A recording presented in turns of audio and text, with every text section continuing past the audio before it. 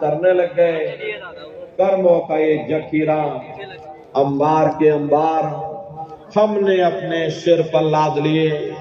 आज उन्हीं कर्मों का हम आप भोग पा रहे। अरे महात्मा कहते हैं नर के अनेक और हैं, कहाँ लग कहूं बखान। दुख भुगते यह जीव जो जाने जो भोग समान।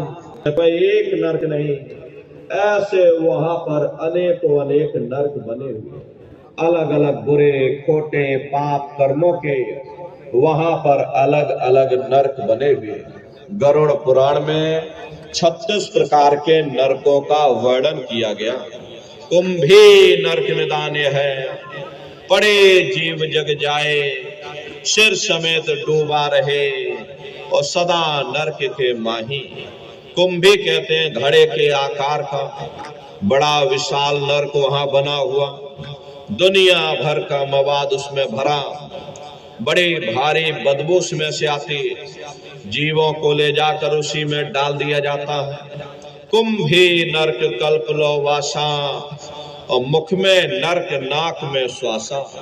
कल्प लो वासा यानी 1000 चौकड़ी युग का एक कल्प होता है, और कल्प लो वासा यानी युगों युगों तक ये जीव नरकों की सजा को भोगता रहे।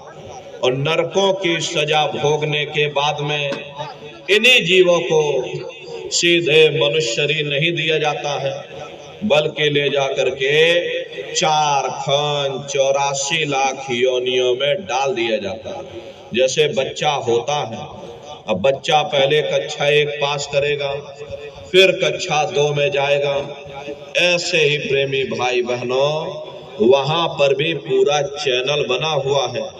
इसे आप अच्छी तरह समझ लो, ये आध्यात्मिक पाठशाला है।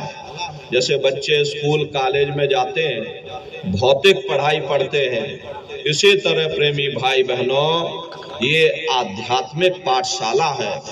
यहाँ पर आपको अपने बारे में बताया जाएगा कि भाई आखिर तुम कौन हो, तुम कहाँ से आए हो, तुमको कहाँ जाना है, कैसे तुम्हारी जीवात्मा का कल्याण होगा।